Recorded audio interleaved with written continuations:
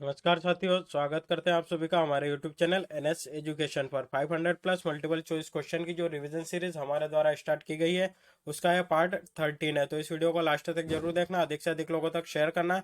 साथ ही अगर आप चैनल पर नए हो तो चैनल को सब्सक्राइब भी करना। तो चलिए शुरुआत करते हैं आज के इस सेशन की और देखते हैं हमारा पहला क्वेश्चन। पहला क्वेश्चन हमारा, बुरहानपुर जो है वह किस नदी के तट पर स्थित है? तो इसका जो सही जवाब बनता है वो बनता है ताप्ती नदी के तट पर जो बुरहानपुर है वह स्थित है। ताप्ती नदी जो कि बैतूल जिले के मुल्ताई से निकलती है और यह जो है पश्चिम की ओर बहने वाली एक प्रमुख नदी है। यह जो है ताप्ती नदी के किनारे स्थित है और यहाँ पर बुरहानपुर में जो है असरगढ़ का किला भी स्थित है, जिसको कि दक्षिण का प्रवेश द्वार साथ ही दक्षिण की चाबी के नाम से जाना जाता है।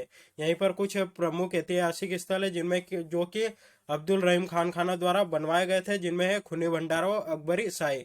कुछ और अन्य प्रमुख ऐतिहासिक स्थल जो कि एग्जाम के पॉइंट ऑफ व्यू से हमारे लिए इंपॉर्टेंट है, उसमें है मोती महल, खरबूजा महल, राजा की छतरी, बीबी मस्जिद, शाही हमाम, दरगाह हकीमी, नवाज खा का मकबरा, मुमताज की कब्र, जामा मस्जिद और लाट मस्जिद। यह जो कुछ प्रमुख ऐतिहासिक स्थल है वही यहीं पर स्थित है। जो मुमताज की कब्र है, ऐसा कहा जाता है कि पहले जो है बुरहानपुर में इसको दफनाया गया था, बाद में जब जो शाहजहाँ है उसके द्वारा जो है यहाँ से इसकी खुदाई करवा कर इसका जो शव था उसको ले जाकर जो आगरा का ताजमहल है वहां पर दफना दिया गया है। या जो मुमताज है उन्हीं की याद में जो है आगरा का जो ताजमहल है वह बनवाया गया है। तो यह थी इससे जुड़ी कुछ जानकारी जो कि हमारे लिए इम्पोर्टेंट बनती है। देखते हैं हमारा अगला क्वेश्चन। अगला क्वेश्चन देखने से पहले हमारे पास आपके लिए कुछ बुक्स उपलब्ध है, जिसमें कि मध्य प्रदेश सामान्य ज्ञान, जिसमें कि आपको 2500 प्लस मल्टीपल चॉइस क्वेश्चंस जो है वह प्रोवाइड कराए जा रहे हैं। साथ ही मध्य प्रदेश करंट आउटलुक जो कि अगस्त तक का है वह भी आपको प्रोवाइड कराया जा रहा है। कुछ और बुक्स है जिसमें कि पूरे पिछले 6 महीनों का करंट अफेयर्स है। साथ ही अगर आप करंट अफेयर्स मंथली पढ़ना चाहते हैं तो उसकी भी बुक्स जो है हमारे पास उपलब्ध है। साथ ही कुछ और बुक्स है जिसमें कि रामबाण नोट्स है एमपी जीके के, साथ ही एनसीईआरटी सारे जो कि साइंस का है वह भी हमारे पास उपलब्ध है। तो आप कुछ भी परचेस करना चाहते हैं तो दिए गए नंबरों पर जाकर आप हमसे कांटेक्ट कर सकते हैं। चलिए देखते हैं हमारा अगला क्वेश्चन। अगला क्वेश्चन हमारा, मध्य प्रदेश साहित्य परिषद की जो है वह स्थापना किस वर्ष हुई थी? तो इसका जो सही जवाब बनता है वो बनता है 1991 में जो है सॉरी, इसकी जो स्थापना है 1954 में हुई थी। देख लेते हैं इससे जुड़ी कुछ और जानकारी। इसकी जो स्थापना है 1954 में मध्य भारत साहित्य परिषद के नाम से हुई थी।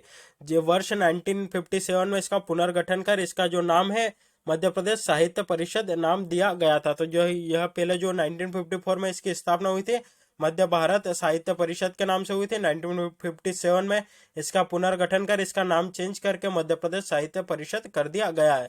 इसका जो मुख्यालय है वह भोपाल में है। इस परिषद का जो उद्देश्य है हिंदी साहित्य का संरक्षण करना, संवर्धन करना, उन्नयन व प्रचार प्रसार करना। तो यह थी यह जो मध्य प्रदेश साहित्य परिषद थी, इससे जुड़ी कुछ जानकारी। साथ ही यहाँ पर हिंदी ग्रंथ अकादमी है, उसकी भी जानकारी आपको बता देते हैं। वर्ष 1969 में विश्वविद्यालय पाठ्य सामग्री और संदर्भ ग्रंथों के प्रकाशन संबंधी उद्देश्य से मध्य प्रदेश हिंदी ग्रंथ अकादमी की स्थापना की गई थी। तो इसका जो स्थापना वर्ष है वह कौन सा है? तो 1969, जो कि हमारे लिए इंपॉर्टेंट बनता है। साथ ही हिंदी साहित्य में योगदान देने वाले साहित्यकारों को पुरस्कृत करती है एवं आर्थिक सहायता प्रदान करती है। इस परिषद द्वारा साक्षात्कार नामक जो पत्रिका है उसका भी प्रकाशन किया जाता है। तो यह थी इससे जुड़ी कुछ जानकारी जो कि हमारे लिए इंपॉर्टेंट बनती है। चलिए देखते हैं हमारा अगला क्वेश्चन।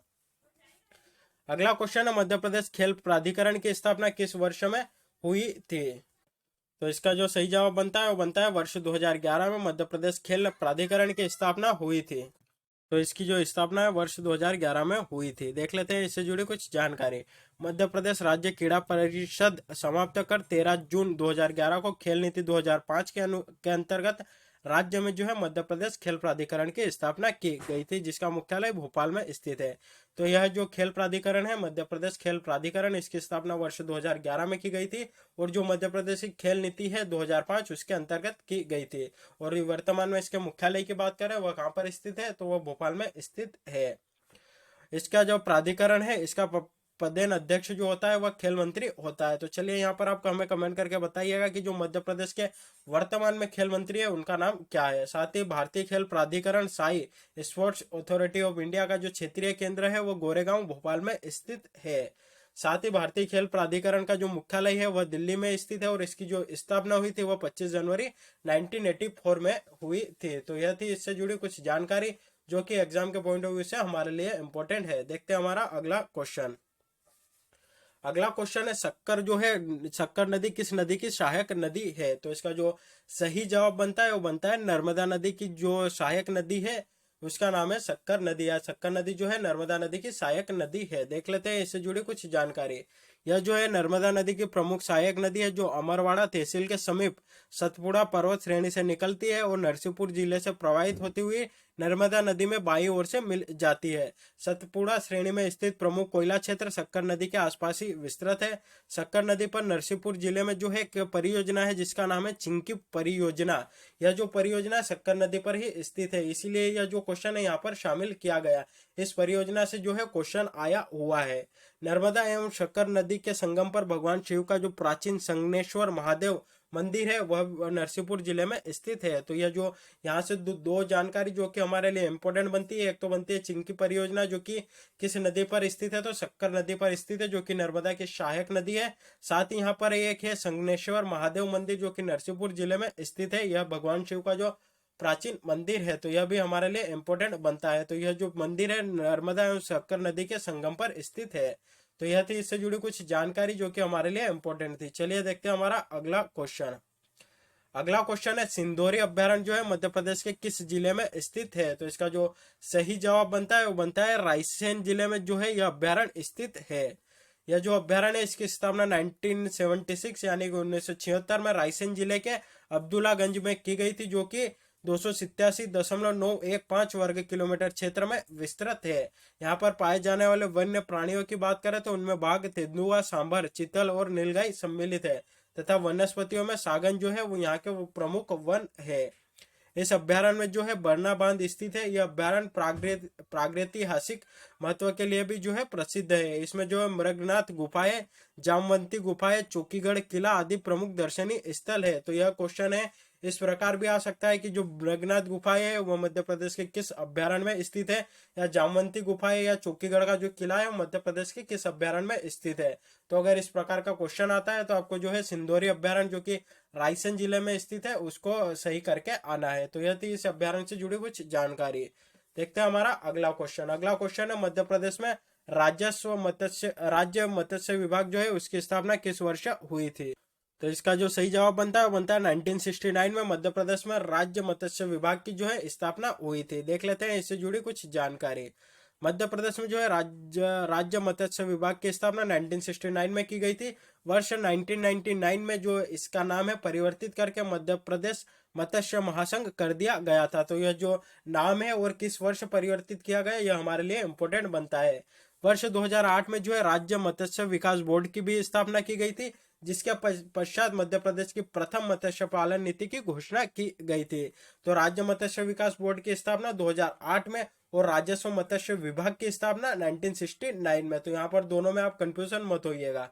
इसका यह जो है मत्स्य पालन नीति या विकास बोर्ड, इसकी स्थापना का मुख्य उद्देश्य मत्स्य पालन का जो विकास है उसको प्रोत्साहन देना। वर्ष 2016-17 की स्थिति के अनुसार राज्य में जो है 4.05 लाख हेक्टेयर जल क्षेत्र के अंतर्गत जलाशय और तालाब दोनों है वह उपलब्ध है, जिसके लगभग 98% क्षेत्र का जो उपयोग है मछली पालन के लिए किया जाता है। तो यह जो आंकड़ा है हमारे लिए इम्पोर्टेंट बनता है।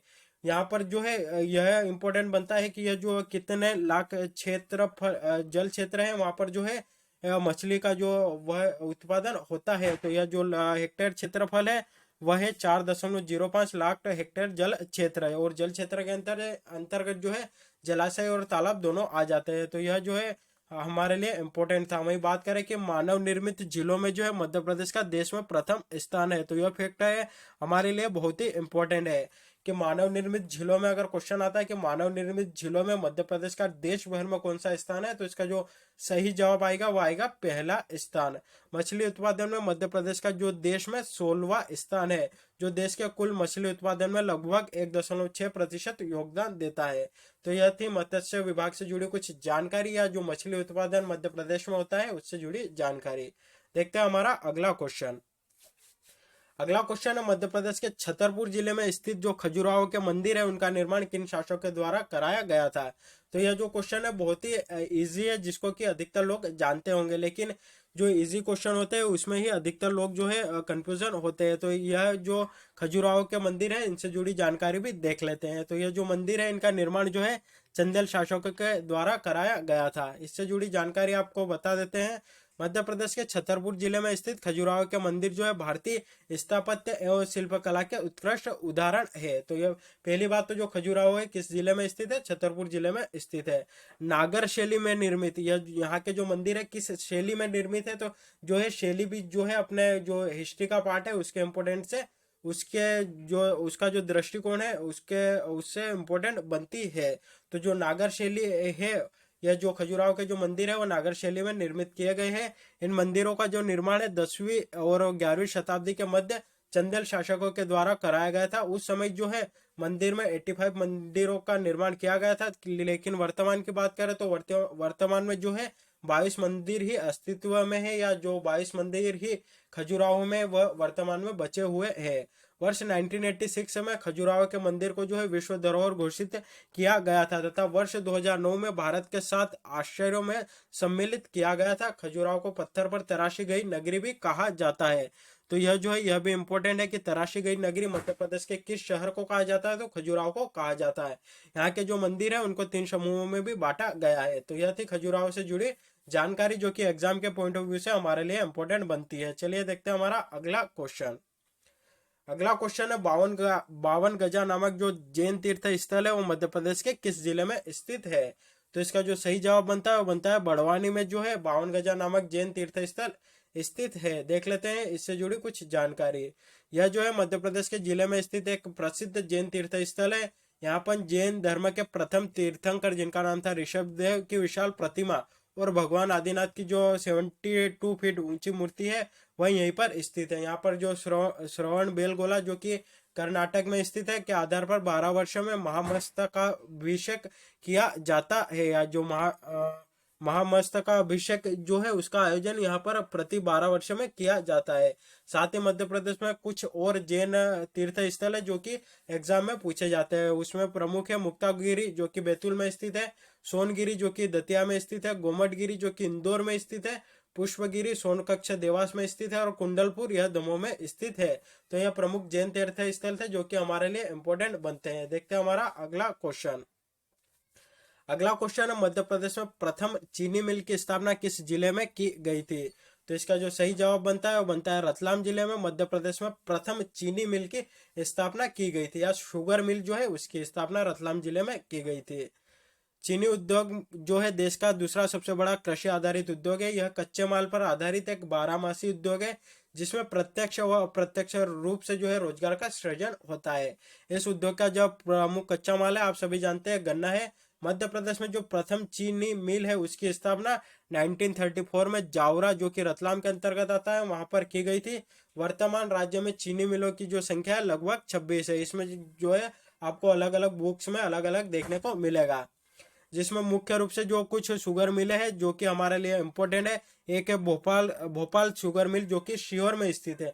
यहाँ पर बहुत सारे बच्चे जो है कंफ्यूजन होते हैं, अगर एग्जाम में आया क्वेश्चन कि भोपाल शुगर मिल कहाँ पर स्थित है तो अधिकतर लोग यही जानेंगे कि यह भोपाल में स्थित है, लेकिन यह भोपाल में स्थित न होकर सीहोर में स्थित है। वही बात करें बरलाई शुगर मिल की तो यह देवास में स्थित है जो कि मध्य प्रदेश की सबसे बड़ी चीनी मिल है। वही डबरा शुगर मिल जो कि ग्वालियर में स्थित है, सेठ गोविंदास शुगर मिल जो कि उज्जैन में स्थित है, केलारस शुगर मिल जो कि मुरैना में स्थित है तथा जीवाजी शुगर मिल जो कि मंदसौर में स्थित है। इसके अतिरिक्त सारंगपुर एवं आलोट में भी चीनी कारखाने स्थापित किए गए हैं। तो यह 4 से 5 शुगर मिलें थी जो कि किस जिले में स्थित है यह आपको बता दिया गया है। और एग्जाम में ऐसे क्वेश्चन जो है देखने को मिलते हैं। उसमें ऐसा होता है कि 4 ऑप्शन आपको दे दिए जाते हैं, सामने जो है जिले दे दिए जाते हैं और उसके जो है ऑप्शन आपको दे दिया जाता है कि इनका जो है सही मिलान करके सही आंसर आप हमें बताइए। तो इस प्रकार के जो क्वेश्चन है एग्जाम में आते हैं, इसलिए ये आपके लिए इंपॉर्टेंट बनता है। राज्य में जो है चीनी उद्योग के लिए 26 जिलों में सतत गणन विकास कार्यक्रम संचालित किया जा रहा है। तो जो चीनी उद्योग है या जो चीनी मिल है उनको बढ़ावा देने के लिए मध्य प्रदेश में सतत गन्ना विकास जो कार्यक्रम है वह संचालित किया जा रहा है। वर्ष 2007 में मध्य प्रदेश के दतिया जिले में माँ पीताम्बरा जो चीनी मिल है उसकी स्थापना भी की गई है। तो यह क्वेश्चन भी आ सकता है कि माँ पीताम्बरा जो चीनी मिल है वो मध्य प्रदेश के किस जिले में स्थित है, तो यह दतिया जिले में स्थित है। और इसकी स्थापना किस वर्ष हुई थी, तो वर्ष 2017 में इसकी स्थापना हुई थी। तो यह थे इससे जुड़े कुछ फैक्ट है। तो साथियों आज के लिए बस इतना ही, वीडियो यही समाप्त होता है। वीडियो अच्छा लगा हो तो अधिक से अधिक लोगों तक शेयर करिएगा, वीडियो को लाइक करिएगा, और अगर चैनल को अभी तक सब्सक्राइब नहीं किया हो तो चैनल को सब्सक्राइब भी कर लीजिएगा। धन्यवाद।